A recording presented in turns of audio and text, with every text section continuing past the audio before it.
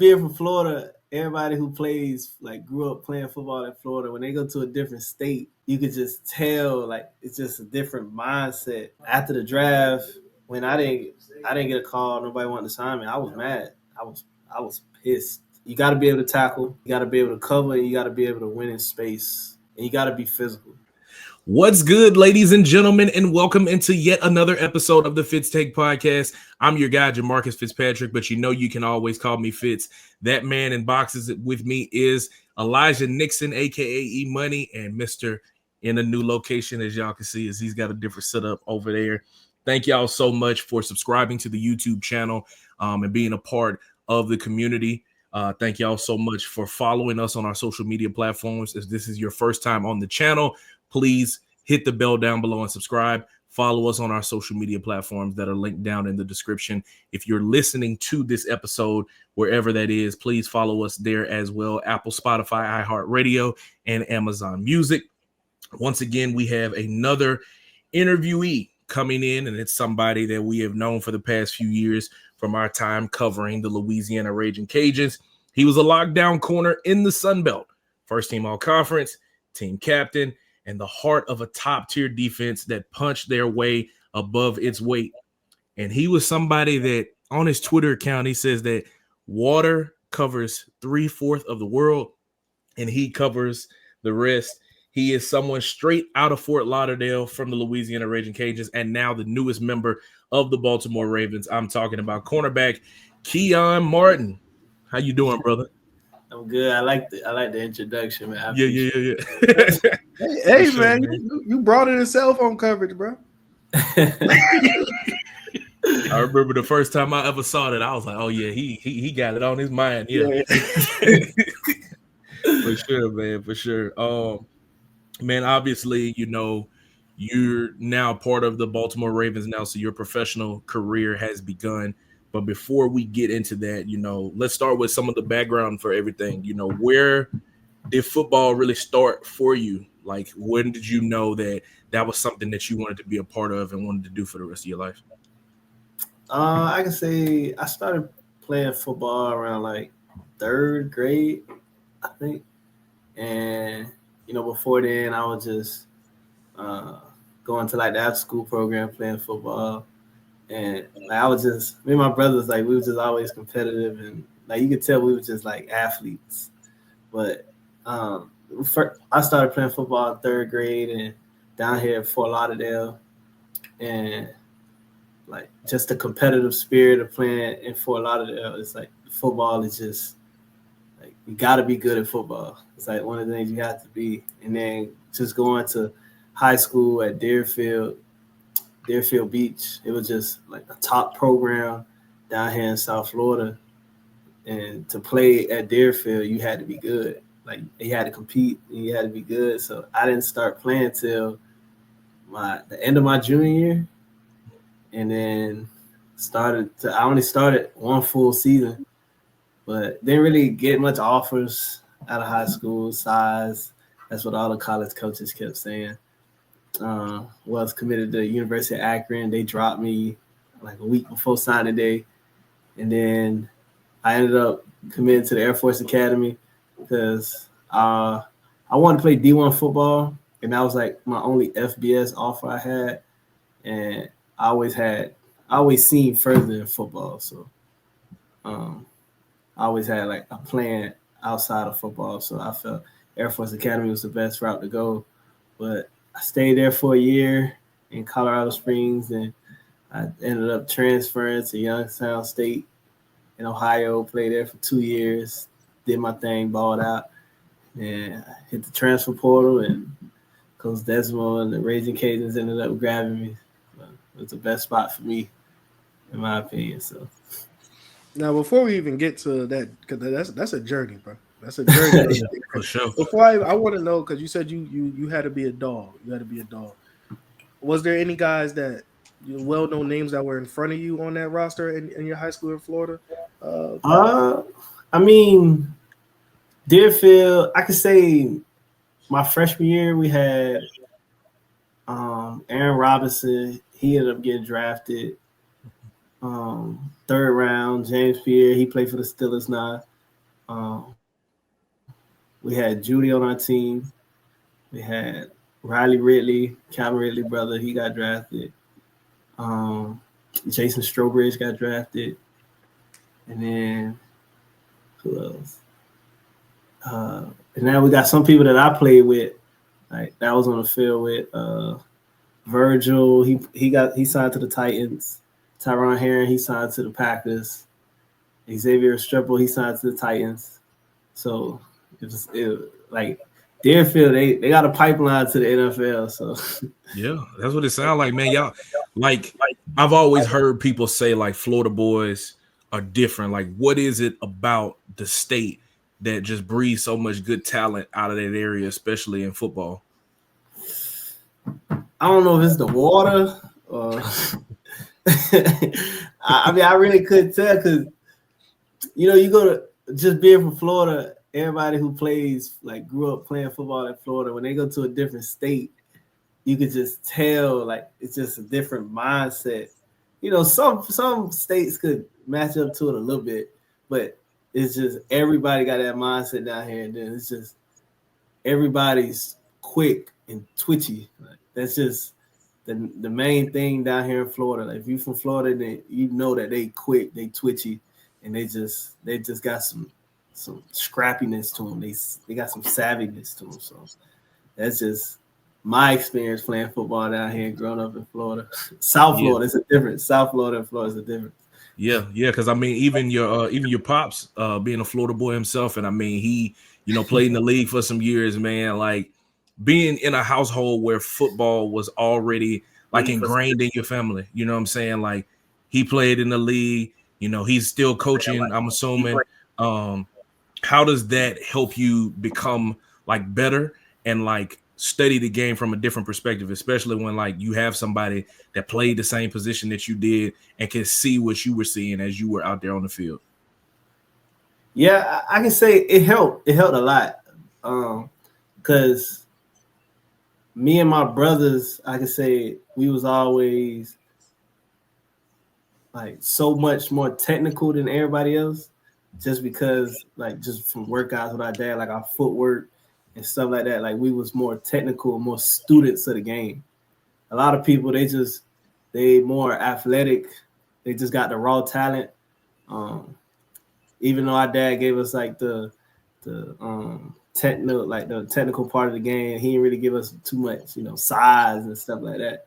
He didn't give us too much of that, but he still gave us this like being a student of the game. So I think like around high school, like the game just slowed down. Like I'm able to dissect plays and just being able to just get that from my dad, because shoot, he did it. And then just like when I got to college, it was just like people say the game got faster, but the game didn't get much faster for me. Like it just stayed the same pace that it was in high school. And then you just start elevating every year. I just wanted to get better. I just wanted to get better. So just to have my dad in my corner is just, it's really a cheat code. Yeah. No, before I even get to my question, you said something that made me laugh a little bit. North Florida, South Florida is a little different. I know you remember that song with Mulatto, and they was telling that's not Atlanta. So Jacksonville, that's not Florida, bro? Nah, that ain't Jacksonville, that ain't that. Nah, we don't claim Jacksonville at all. That's crazy, man. Now, let me get into it now. You just talked about it, though. Being a step ahead of everybody takes mental. How much are you prepared, as you could say right now, as you're going into minicamp, because of your dad? I could say I'm prepared in a way that mentally just I understood the game at such a high level at such an early age. So, that's the main thing they say when you get into the NFL. You got to pick up the playbook. But it was just, I was always able to pick up a playbook and simplify it to the point where I can understand it. So just the mental part was just never a downfall for me. It was always just, the size, but the mental part is just, I'm able to just pick up on on a playbook and just play it the way that the coordinators want you to play it. So, but I mean, going into training camp, shoot, I'm just ready to compete and just. I still got a chip on my shoulder, even though I signed. I feel like I ain't earned nothing, so I'm just still ready to compete. I like that. I like that. Shout out to Manny Martin, man, putting the dog out here, man, on the field, man. You know, you talked about obviously your collegiate journey and how you eventually ended up at Louisiana, which is where our paths crossed. Like for you, what was it that made UL the spot to be after taking your, you know, different visits and things of that nature to try to find a home for you where you could feel like you could thrive? Okay, I could say it was really two things that really stuck out for me with Louisiana. But I can say three. I mean, three. One thing is just they was winning.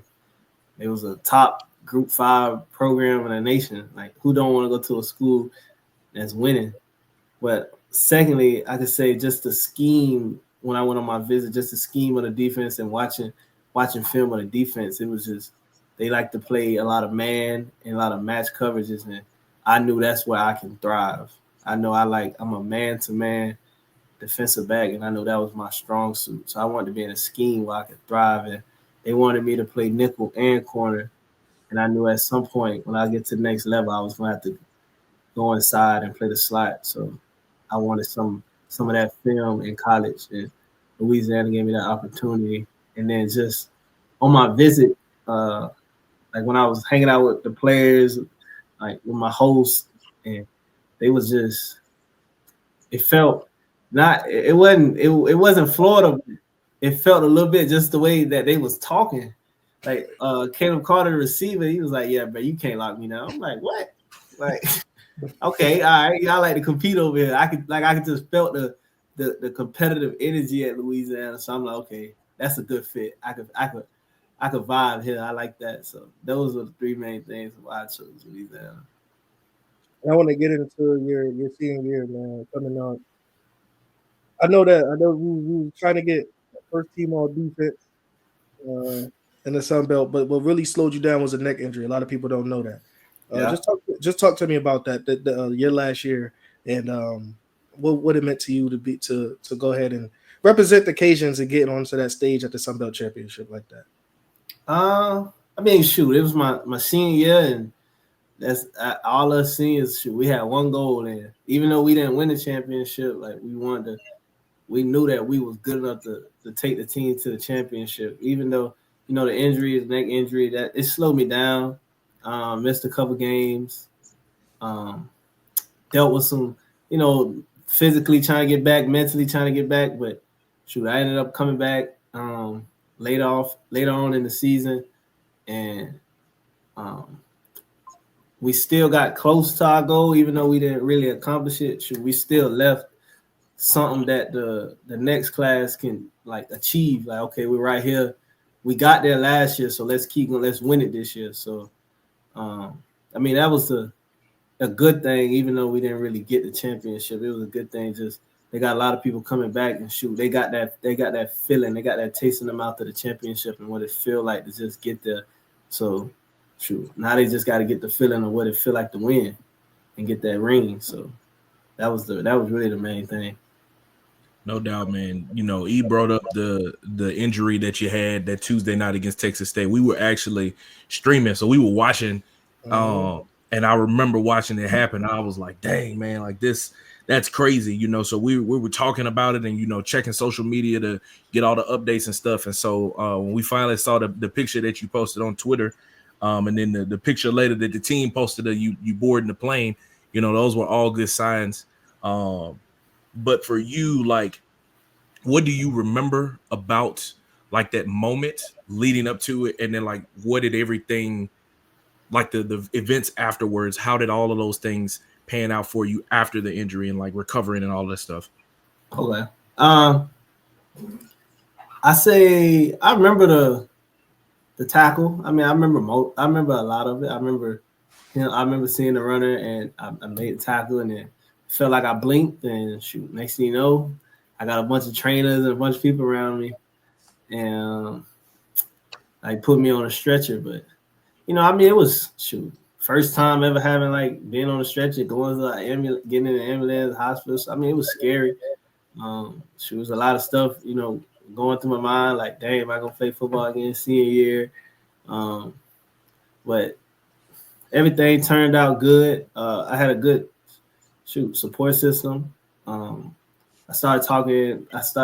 Because it was a lot of mental battles, like getting on the field. So I spoke to a therapist that I was talking to like on a day-to-day basis before I even came back, and just the game coming back, my first game back. Like I feel like that was just the perfect game to come back. Like you couldn't write that any better. Felt like my life was a movie at that point. So. Yeah, I mean, I feel like everything happened for a reason. So the injury, I mean, it wasn't as serious as it could have been, but I'm just grateful that I'm still able to play the game. I'm not sure where you was at, like on a mental path before that injury happened, but when it did happen and you had to sit out, did it make you realize like how much you really love or need this game in your life? Yeah, most definitely. Because it's like you never know when your last snap in football is gonna be. You never know. So, I mean, just sitting there watching practice, like, dang, I was just out there a couple days ago, and now I'm sitting over here watching. Like, you never know when your last snap is going to be. So it's like, dang, like when that football, like when the air go out of that football, is you gotta move on, and that's really like the hardest part from playing football is moving on from football and stepping into that next phase of life. Yeah, for sure, man. Obviously you get through your season, and then you go to pro day, and I was there when you ran the 40, and he was running, and he was like making a lot of noise while he was running. He was flying. I knew he ran a fast time because of the way he was moving. And so the results come out, man. He ran a 4.38. Like, how important was that for you to not just like show like how everything translates from the tape to the field work, but just to help yourself in terms of getting on other teams' radars? Because now it's like, okay, he's got good tape and he can fly too. Like, how much did it help you? I mean, that was the 40. That was I don't know why it's such a big deal to the NFL teams, but it is. But so I knew going in, I needed I had to run fast. So because they was already talking about my size and the injury, so I had to make them talk about something positive. And, the 40, that thing was huge. It shocked me because the whole time during training, I never ran a 4.3. In the couple times that we did run a 40, I was just in the low 4.4s. But on pro day when adrenaline through the roof, I broke the 4.3. So I mean, I was as happy as can be. I had a plan. I said I was gonna run a 4.3, and then I ran a 4.3. Yeah, it was big. It helped. It helped a lot. Yeah, what were the emotions like for you? Because I mean, like, do they tell you right away, like after you run it, because it's unofficial, official, and all those things like that? What were the emotions like when they finally told you, like, bro, this is what you ran? I mean, it was good. I felt the emotions. I felt excited, ecstatic, all that. But I think I kind of knew when I was running, when I started hearing everybody talk about, oh, like I felt the crowd. I felt the energy. So, and then, some of the people on our staff was telling me what they got. So I'm like, okay, I knew I ran something fast. I knew it was somewhere in there. I knew that when I got that time, I knew it was going to be something that I was going to be proud of. So. Now, getting back to it, you said you don't know why the 40 means a lot to a lot of NFL teams. So what do you feel like is the perfect tape for a corner, or the perfect thing for a corner for scouts to evaluate? I mean, it's different. It's different for different DBs because it's 32 teams, and it's about every team play a different type of scheme. So, in my opinion, a coach wouldn't be looking for the same thing me as a 6'3" long corner, because we just play our games two different type of ways. But in my opinion, just speaking on me, just with my body frame and my size, like you got to be able to tackle, you got to be able to cover, and you got to be able to win in space, and you got to be physical. And so just being able to, being like 5'9", 5'10", 170 pounds, I feel like those are the three things you have to be. Like, those are non-negotiables, because you got to be able to. You can't really guard they're not gonna put you on the 6'4" wide receivers, them big guys. They're gonna put you in the slot against the fast, twitchy wide receivers, and you got to be able to cover. And it's a lot of space because the hashes in the NFL, so you got to be able to win in space, and then just being able to slot. You got to be able to be physical in the run game, because you got to go against linemen. You got to make tackles against running backs. So I feel like those are the things that a DB my size that they look for, and I feel like my take speaks for itself. No doubt, man. Walk us through the process once the draft came around. Obviously, you go undrafted, but you get the opportunity to get a camp invite and then sign. Like, how does all of that process go for people that are on the outside looking in, that see it and they're like, oh, it's just a camp invite, but like, no, that's an opportunity for you to show something on the grass. Like, walk us through that. I can be honest. Everybody see it different. Everybody see the perspective different. After the draft, when I didn't get a call, nobody wanted to sign me, I was mad. I was pissed, because I felt like I did everything. I felt like my tape did it. I felt like my pro day did it, and like I was livid. But I feel like that was just me being selfish, but like I felt like I didn't want to lower my standard. I knew that I was better than the other people being signed, but it's being selfish, because the minicamp invite is still an opportunity, and there's so many other people that wish they would have got that call. They would do anything for that call. But so once I got past the point of being, mad that I didn't get signed, it was okay. Switch your mind. It's time to work. You gotta go earn a spot. They give you the opportunity. Now it's time to go do it. So shoot, when I went in there, the minicamp, my whole mindset was I had the biggest chip on my shoulder can possibly be. I know I deserve to be here. And shoot, that's how I carried myself for them 3 days. I knew I deserved to be in the facility. So, do you feel like you have an advantage because of what you've been through already? You had to wait till the end of your junior year to play in high school. You went to 3 different colleges. Then now, with you're not being selected, you get waiting on a phone call to sign. Do you feel like you already have an advantage at a mental point that, hey, I already got to earn my stripes just to get yourself a roster spot on the Baltimore Ravens? I feel like it. Somewhat, I feel like it helps because I'm used to it. Like it'll happen over and over and over again. I just keep having to prove myself to y'all. And it's like I'm getting tired of it, but shoot, I just gotta keep doing it. But some people just don't know how to deal with that type of adversity because they never had to do it. Some people, when they got to high school, they was the man. When they got to college, they was the man. Like, I was really never the man on the team, even in high school, even in college. So it was just like I always knew that no matter what, like I have to prove myself. So, I mean, I always had that mentality. So I can say, shoot, it was an advantage because a lot of people, just that mental aspect, they don't know how to, when they get thrown to the back of the bus, they just shut down. It's like, dang. But me, shoot, I know how to thrive. So I can say it is an advantage. Yeah.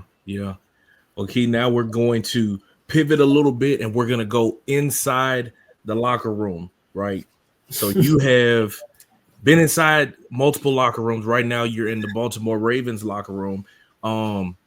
Talk to us about like that those couple of days there in minicamp. Like, what was some of like your favorite moment, whether that is, meeting somebody new, a teammate you never met? Like, what's your fondest story that you had through minicamp thus far?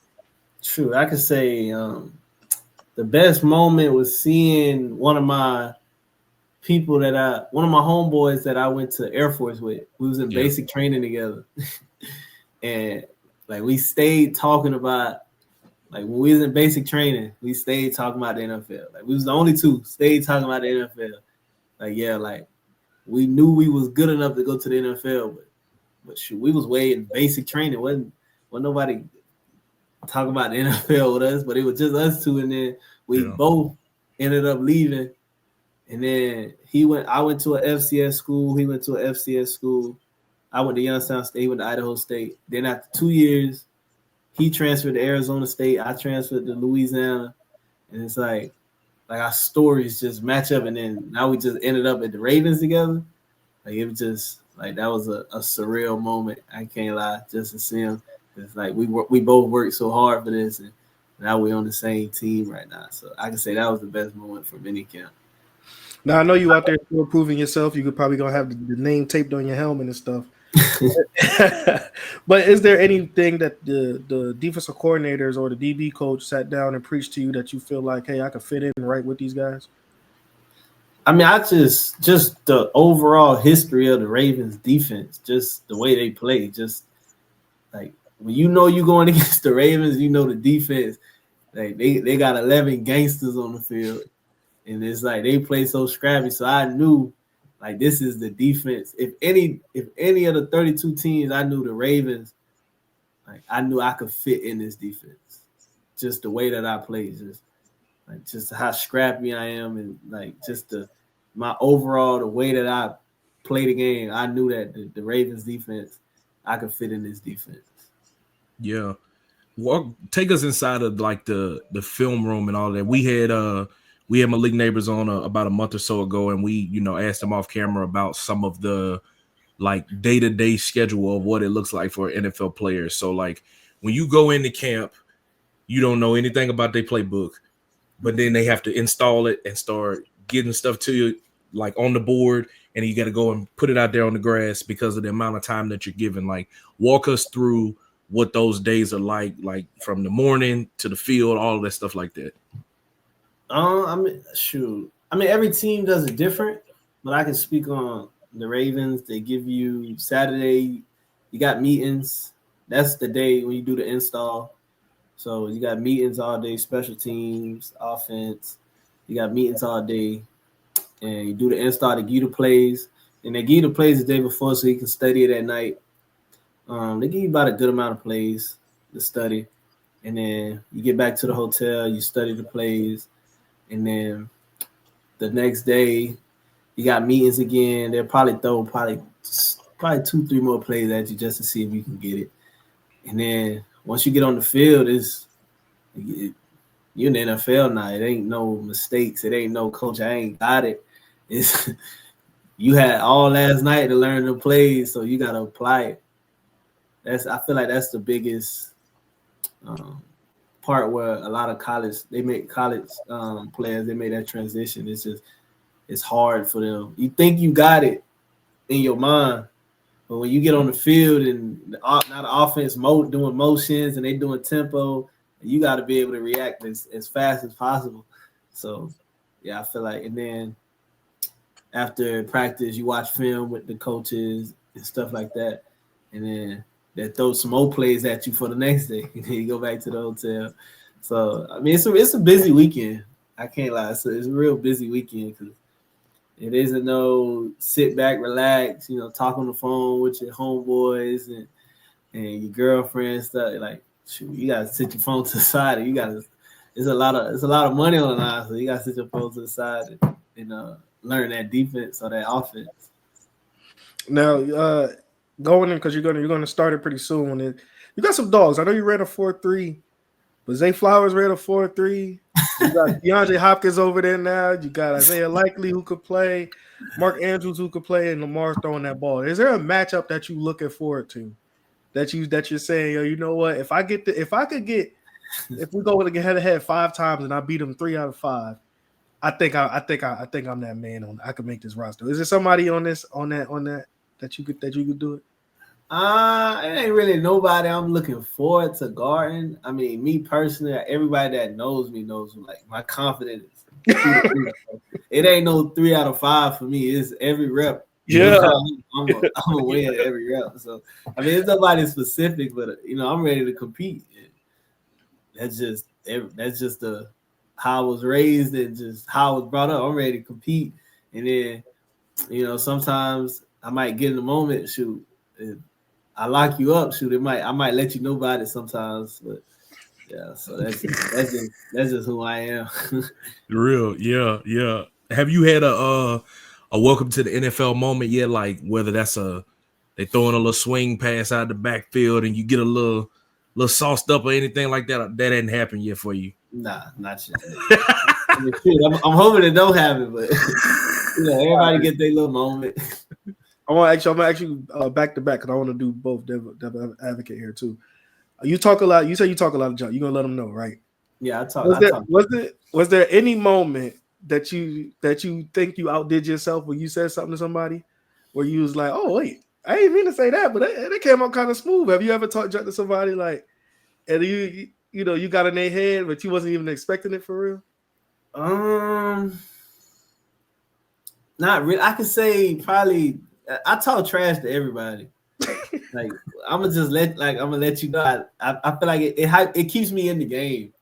Sometimes, especially at corner, if they not throwing the ball at you, you get kind of bored and stuff like that. So when I was at corner, they not throwing the ball at me. Then shoot, we gonna have a one-on-one battle. I'm gonna talk to keep me going. I'm looking forward to keep talking to you and we going at it. But I probably 2 times in my career, I probably let a receiver get in my head. Like he was talking trash, and I think he got me out my game probably like 2 times. But other than that, I could say yeah, probably those 2 times. Man, all right. So now we got the big one. So you said you talk junk to anybody, but it's also anywhere. I will never forget checking Twitter one day and seeing you and somebody from Arkansas State going back and forth, quote tweeting like crazy. When the quote tweets, you got to keep clicking. I'm going, God, these boys is going at it, going at it, bro. What was going on with all that, man? It started with the video of the game, and you was like, "Nah, I'll catch him," and he was like, "Nah, man, we beat y'all." And what happened? So when I use social media, I really just be trolling. I be trolling just to get you mad, get a reaction out of people. But I did not expect the tweet to blow up when I had seen that because I don't think the game had came out yet, but I think I seen a snippet of my overall. So when I see a snippet of my overall, I'm like, oh snap, I'm an 86 overall. I'm hyped. I got a star. I'm lit in the game. The whole world would be playing this game, and I got a star in it. And then, all the teams was posted on Twitter. And then I seen me running, and I was just like, y'all know I would have called him, just talking trash. I didn't expect nobody to respond. He respond, and then I didn't even know his overall, but I just knew it wasn't higher than mine. So it was just me being me said, yeah, look at your overall and look at mine. And next thing you know, I'm viral on Twitter. People posted it on Instagram. I was like, oh man, look at me going viral. It got reposted the other day. That's what reminded me of it. I said, boy, look at this. Yeah, I seen it on Instagram. And then the teams was going back and forth, and obviously UL took it personal. If y'all can see the score, UL definitely took it personal. But with that being said, I know because you didn't play that game. No, I didn't play that game. Did y'all talk after, or did y'all talk at all? You and I didn't talk to him. He said, "No, you did. That's it. What we talking about?" Yeah, it wasn't much to talk about. I don't know if he wanted to talk. I mean, I'm pretty cool after the game. I don't really, even when I talk trash, like it's football. Yeah. I don't really take nothing personal. Or, I mean, it's boundaries within the lines, like what you say. But usually, at the end of the game, I'm pretty cool, and stuff like that. But after that game, I didn't even play, so I mean. I don't know if he was looking for me. I don't know. So it wasn't really much to say. Speaking of trash talking, was there a opposing stadium a fan that ever got to you and said something to you, and you ever went back and forth with him a little bit? clean. I done went back and forth with a couple sidelines. I think the most probably almost every team I played against, I go when I'm on their sideline, I get into it with their sideline. But I think the sideline that spoke to me, I think, was against not the season that just passed, the last season, when we played Arkansas. I think it was Arkansas State. Yeah, it was Arkansas State. Because I play with Skittles every game. Yeah. And the player, he took my Skittles and threw it on their sideline. Like it was, because I guess they knew I wear Skittles every game. You know, that's just my good luck charm. And he took them and threw them on the sideline. The whole sideline, I was like, yeah, we took your Skittles. I'm like, what? I'm like, okay, I didn't. They must have talked about that in the meeting or something. But yeah, so we're gonna get in his head with this one. Hey, I took his Skittles. It just left me confused. Like, why are you taking my Skittles? Taste the rainbow, y'all.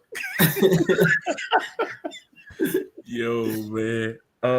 We'll round out inside the locker room with this one, man. What was your favorite, or what is the craziest fall camp moment that you can remember from when you were at UL?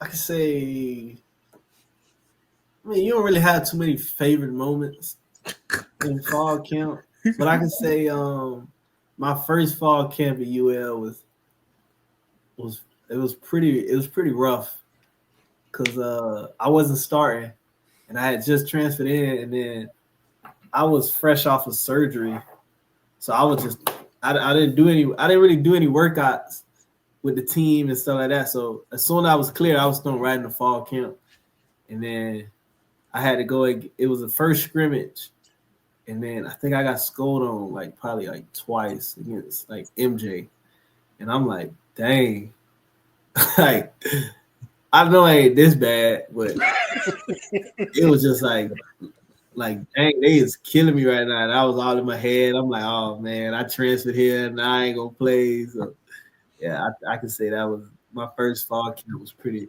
rough at Louisiana. Yeah, boy. I remember Michael Jefferson. He was a dog, bro. That boy. He can stretch the field in that receiver room. That first year was like John Stevens, Michael Jefferson, Peter LeBlanc, and Dante Arrow. And, oh my God. UL always have a loaded receiver room. It's like, and they just keep reloading them every single year. They rolling them out. 4, 5, 6 guys can just go. Anybody can go for 100 yards. It's like, yeah, you never know. It's crazy, man. I'll ask you this, life after football for you, what does that look like? I know, you had interest in the media space. Obviously, you interned with us there at KTC. You got your podcasts and things like that, man. Like, what do you want to do after football is done for you? What does that look like for Keyon Martin? I want to be the best sports analyst on national television. That's really my goal. I want to get into the sports broadcasting world. I want my podcast to be the best podcast up there with the Pivot, and then I want multiple podcasts. I really want to get paid to talk, share my opinion. Yeah, I feel like that's the best job you can have, especially if you love to talk. Why not just get paid to do it? So that's really what I want to do: be a sports analyst, and have my own podcast and have the best podcast. Yeah, I'm right there with you, brother. Right there with you. Just paid to talk. I'm right there with you. Let's make that happen. You definitely there, man, because you could talk your stuff, bro, for sure. You got knowledge of the game, as you could hear. Everybody just heard you talk about, different schemes and how different corners should be looked at size-wise. But so my question to you, man, I mean, I know you talked about having your own space. Would you want to work for ESPN, or you just want your own stuff? You want to have your own? I mean, I would have. I want to work for ESPN, but really, I want my own space, and having sponsors and stuff sponsor like my podcast and stuff, because when you got your own space, you can do what you want on your own space. You got to really be inside, be in a box and stuff like that. But I do want to be on ESPN. I feel like shoot, that's one of the best networks to be on. But most definitely thriving for my own space for sure. Yeah, I like it, bro. I like it. My last question for you, Key, and we'll get you out of here after this. For you, once you look back at your football career, whether that is 20 years from now, 15 or whatever, however long God allows you to be able to play, what will we be able to say about your career and what that looked like in the NFL?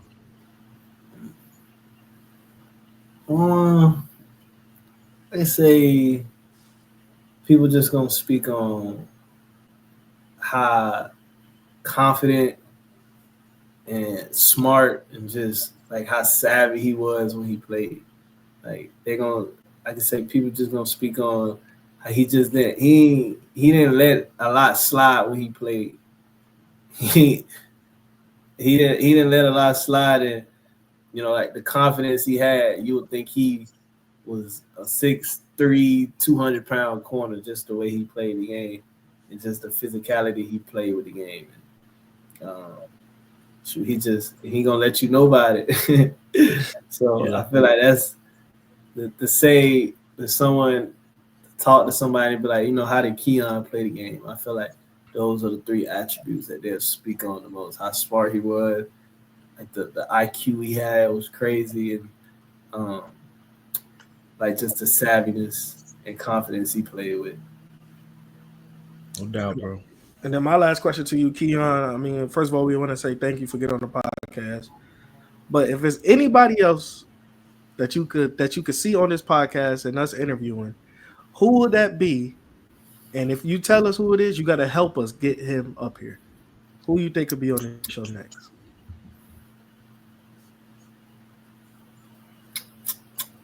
Do it got to be an athlete, or who you got?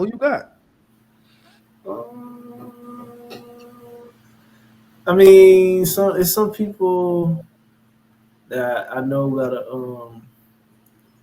couple people that I know that got good stories that they can tell. I say I'm gonna give y'all a Florida boy. Okay. I'm gonna say Tyron Herring. I'm gonna say him. Okay. He a DB with the Delaware, and now he play for the Packers now. Okay. We make that happen, man. Yeah, you gotta help him get him up here. You gotta get his contact with him. Get his contact. I can do that. For sure. Well, Keyon, man, we appreciate you for hopping on the show, man. Congratulations for being able to continue your football career. It's been an honor to be able to cover you here at UL, and we rooting for you here, man, to see you have a successful professional career. We'll be watching. Thank you. I appreciate y'all, man. Appreciate you, man. And ladies and gentlemen, that has been Baltimore Ravens cornerback Keyon Martin, who received a camp invite and has now signed with the team, and will be participating in their organized team activities, and then on his way to training camp to going towards making the roster. So good episode there, E. You got anything else, man? Nah, man, I just can't wait to see how that goes, man. I know he's going to go out there and compete. One of those guys that's going to go out there and let them know how it goes. And when Baltimore, woo, out there, Baltimore, boy. But that's going to be nice, though, for real, because they really do have a rotational corner. So I think he can make the squad and get some playing time this year. Absolutely. With that, ladies and gentlemen, that will conclude this episode. If you've been listening, please hit the bell down below and subscribe. Or excuse me, if you've been listening, go ahead and follow us wherever you get your podcast from. If you're watching this episode on YouTube, hit the bell down below and subscribe to the channel. Also join any of our member-only chats, because we're going to be starting that up pretty soon. So if you see something that you like, the description look good to you, go ahead and drop a little coin to us. We'll greatly appreciate that. You can be a part of the Fitz Take community that we got rolling on here. That we're just trying to continue to build this thing up. Also follow myself, Elijah, and my production company, ONEWAY Productions, on our social medias. That will be linked down in the description of this video. Signing out for Elijah Nixon, I'm Jamarcus Fitzpatrick. We'll see you guys next time.